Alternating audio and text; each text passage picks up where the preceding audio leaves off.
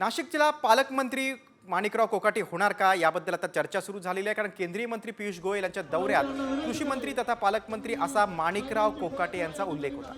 कृषी मंत्री यांच्या समोरच पालकमंत्री असा उल्लेख असल्याने कृषी मंत्री असलेले माणिकराव कोकाटे नाशिकचे आता पालकमंत्री असणार का असा प्रश्न उपस्थित झाला। माणिकराव कोकाटे नाशिक जिल्ह्याचे पालकमंत्री असण्याचे हे संकेत आहेत। नाशिक जिल्हा प्रशासनाच्या केंद्रीय मंत्री पियुष गोयल यांच्या दौऱ्यात माणिकराव कोकाटे यांचा पालकमंत्री असा उल्लेख असल्याने आता चर्चेला उधाण झाले आहे। यापूर्वी शिंदे सरकार असताना दादा भुसे शिवसेनेचे पालकमंत्री होते।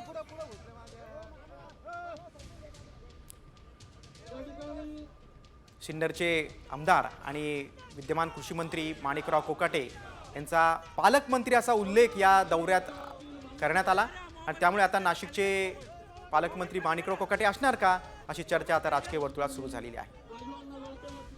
खरं तर दादा भुसे देखील इच्छुक आहेत नाशिकच्या पालकमंत्री पदासाठी, मात्र ही माणिकराव कोकाटेंची वर्णी लागू शकते अशी चर्चा आहे।